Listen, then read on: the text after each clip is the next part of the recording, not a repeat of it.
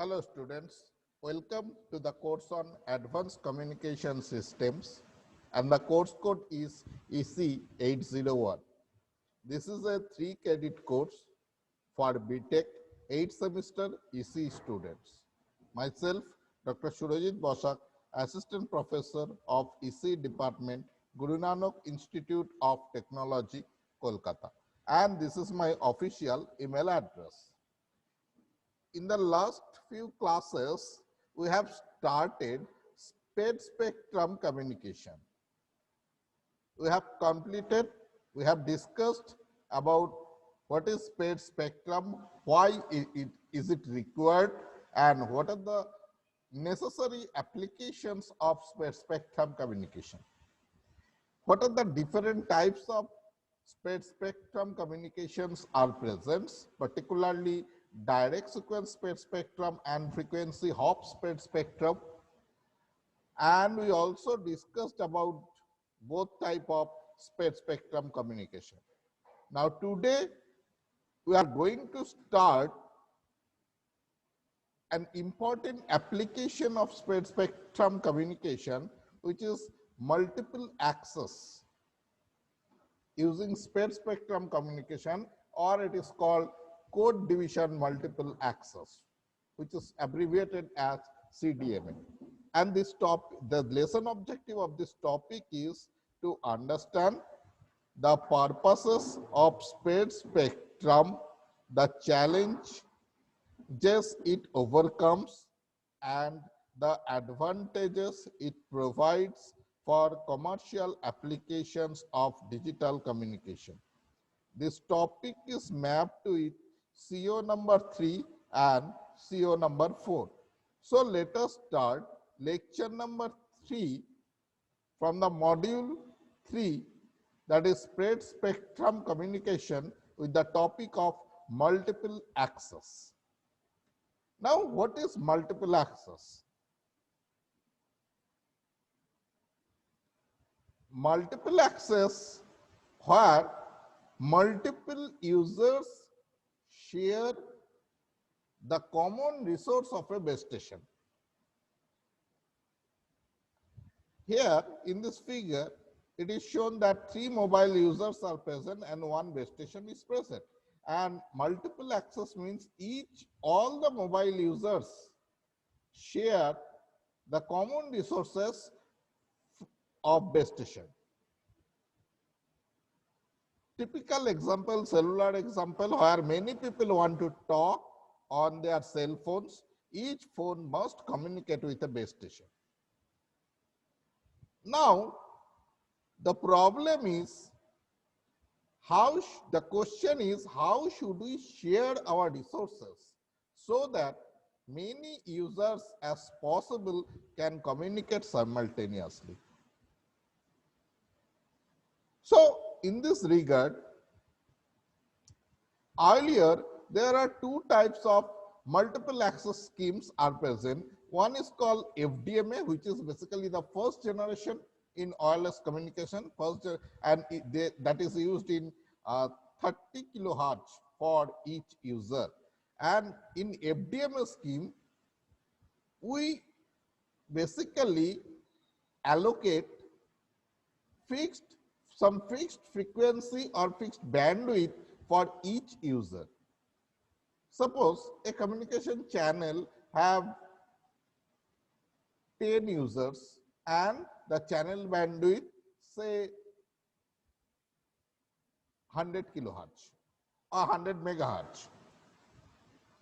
So each users are allocated for 10 megahertz. So simultaneously all the users can access the channel but with a fixed range of frequency. So it's a narrowband communication and no intersymbol interference is occurred, no interference among users. But this is a static spectrum allocation. The problem is the frequencies are do not reuse. This is a problem. So to solve the problem, next is another type of that is used in second generation multiple access, which is called TDMA, time division multiple access, where each users can use the entire spectrum, but with different time slots. Each users have a different time slot. That is why the name comes time division multiple access. So naturally the problem is all the users cannot share at a fixed time, cannot share the resources at a fixed time. At a fixed time, only one user can share the spectrum, can share the resources. So again, this is a problem. Now, how to solve this problem? Now, to solve the problem of TDMA and FDMA, a new scheme comes which is called basically code division multiple access, where so alternatively how it is solved, that each user can share at any time in the entire bandwidth. So resources going on, and ultimately the process, another multiple access techniques comes from the third generation, which is called code division multiple access, and now it is called from the fourth generation it is called IS-95. So in code division multiple access, each signals basically multiplied with an spreading code, unique spreading code, and then it is transmitted. So suppose BKT, in the kth user, so the symbol is say BKT, they multiplied with a spreading code, wideband spreading code, say CK, and then it transmitted through, that is called SKT. And ultimately all the signals, say if you have a user, say k number of users, and say B1, B2, B3 up to Bk, then they are all multiplied, that means then added. That means it is called convolution. That is why it is a signal convolution signals is present. Okay, so multiplication, then addition of all signals. Okay, I will give you first, I will show you some examples of this CDMA, then I will discuss more. So suppose that I have two users. One is user 0 and another is user 1. User 0 has a signal, say A0, and user 1 has a signal of A1. Now I have used two spreading codes, say C0, C1, C0 and C1. C0 is 1, 1, 1, 1, and C1 is 1, minus 1, minus 1, and 1. Now, what is the first solution? Now, signal is multiplied with the spreading code. I assign the spreading code, I assume the spreading code is 4-bit length. So, A0 is multiplied with first C0. So it now becomes A0, A0, A0, A0, and similarly A1 is multiplied with C1, and it now becomes A1 minus A1 minus A1 and A1. Now after that, after multiplication, these two are added. Now addition, that is A0 plus A1 A0 minus A1, A0 minus A1, and A0 plus A1. So this is my transmitted code word. Multiplication, then multiplication with spreading codes, then added. So this is my transmitted signal A0 plus A1, A0 minus A1, A0 minus A1, and A0 plus A1. Now, how to spread this code at the receiver? How to spread it? First, for at user 0, this transmitted signal multiplied with the same code word, that is C0. So C0 is, we know that C0 is 1111. Now it is multiplied with C0, that now becomes A0 plus A1, A0 minus A1, A0 minus A1 plus A0 plus A1, and all these codes are added. And after addition, see, A1 are cancelled, two positive A1 and two negative A1. So A1s are cancelled and we get only 4A0. Why 4? 4 because I assign the this spreading code is 4-bit length. So that is why 4 comes. And see, there is no uninterference term. That is, there is no A1 related term. Only A0 related terms are present. Now, similarly, at user 1, we would multiply the transmitted signal, entire transmitted signal by C1. Now, see here, C1. Now, if we multiply it, and so it now becomes A0 plus A1, A0 minus A1. It is multiplied with minus 1. So it now becomes A1 minus A0. Similarly, A0 minus A1, it is multiplied with minus A1. So it now becomes A1 minus A0. And last one is A0 plus A1. Now, if we add this term, see, there are 2 plus A0 and 2 minus A0, minus 2A0. So these two are cancelled out. So only we get 4A1 term plus 0. So there is no A0 related term. Terms are present.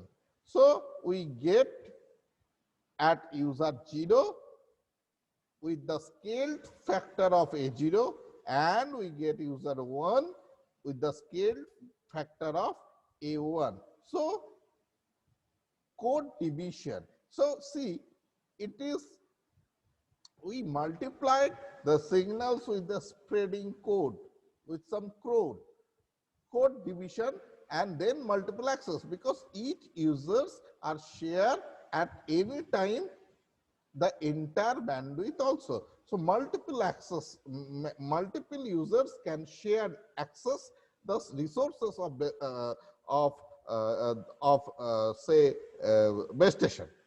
So that is why now it is called code division multiple access. Now remember, see the interesting thing. Can you tell me why at the receiver for user 0 or user 1, in case of user 0, there is no term due to for I1, and at user 1 there is no term for A0. Why? Is it the normal case? No, it is only possible because we consider, because we consider the codes are orthogonal to each other. So the one must condition, the condition which must be satisfied, that the codes which are multiplied, spreading codes, that should be orthogonal to each other. Orthogonal means multiplied column wise multiplication followed by summation, that should be 0. Now see, A1 is C0 is 1 1 1 1. Now 1 1 1 1 assign, and C1 is 1 minus 1 minus 1 1. So now column wise multiplication 1, then again minus 1, then again minus 1, then plus 1. Now if we add this, that should be 0. So this is the property of orthogonality. So the condition for CDMA that the spreading codes must be orthogonal to each other. Okay. So now I come to the slide that is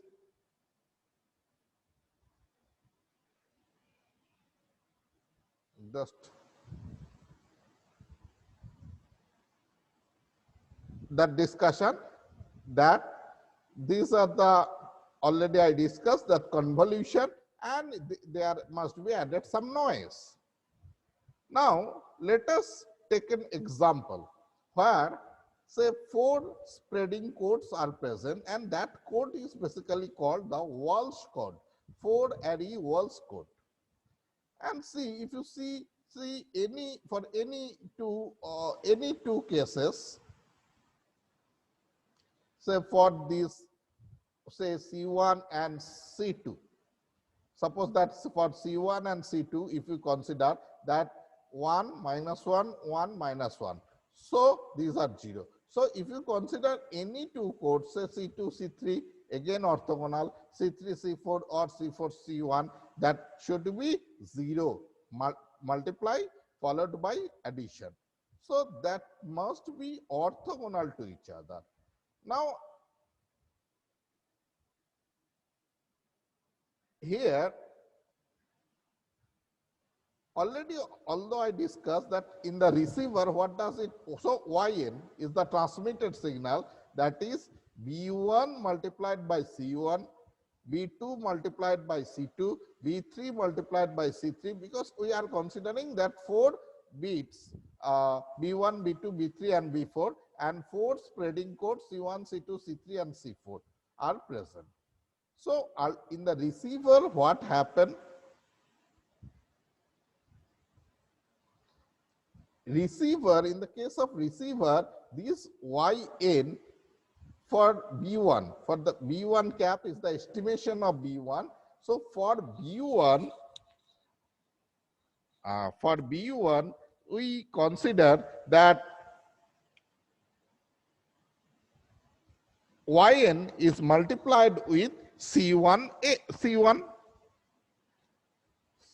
and depending on the sign, if it is a binary form, so depending on sign, we can consider whether it is positive or negative. Now let us take an example.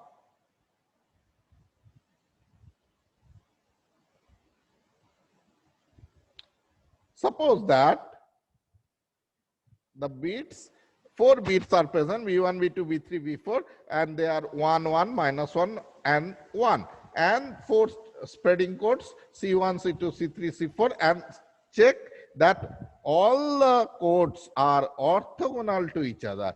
That is, if you check C1, C2, that must be 0. C2, C3, C3, C4, or C4, C1, whatever, you can see that all the codes must be orthogonal to each other. So the received signal, your Yn is B1, C1, B2 into C2, B3, C3 plus B4, C4. So ultimately it now becomes 2 minus 2, 2 and 2.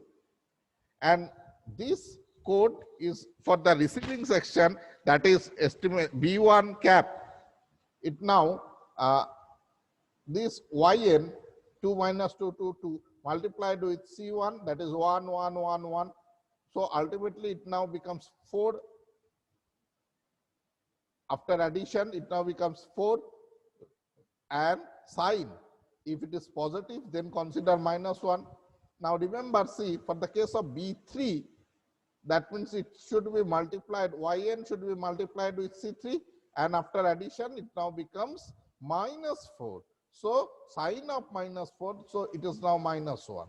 So similarly, you can, for B2 estimation of B2, Yn should be multiplied with C2, and after addition, it now becomes 1. Similarly, you can also determine B4. So in this way, your transmitted code word and correspondingly received code word at the receiver, at the users, different users can be displayed using code division multiple access. And these are the properties of few properties of Walsh code or spreading code, that is synchronization is required, and in a multipath channel delayed copies may be received which are not orthogonal any longer. And advantages relative to TDMA and FDMA: no guard bands or guard times are typically required, and no equalizer is typically required. So when a rake receiver is used, so CDMA basically used a receiver which is called rake receiver. So in the rake receiver, what have done that m number of correlators are present, and they are in the each correlator we are applying a PN sequence, or that is called spreading code, multiplied, and ultimately it is added. After addition, this now entire signal is integrated, that is the receiver integration and decision device. Per a predefined threshold is applied. If threshold exists, then it is 1, either it is 0. So in this receiver, we can actually, this is the CDMA receiver, which is called the rake receiver. Okay. So that's all about multiple access technology or CDMA scheme. Thank you so much.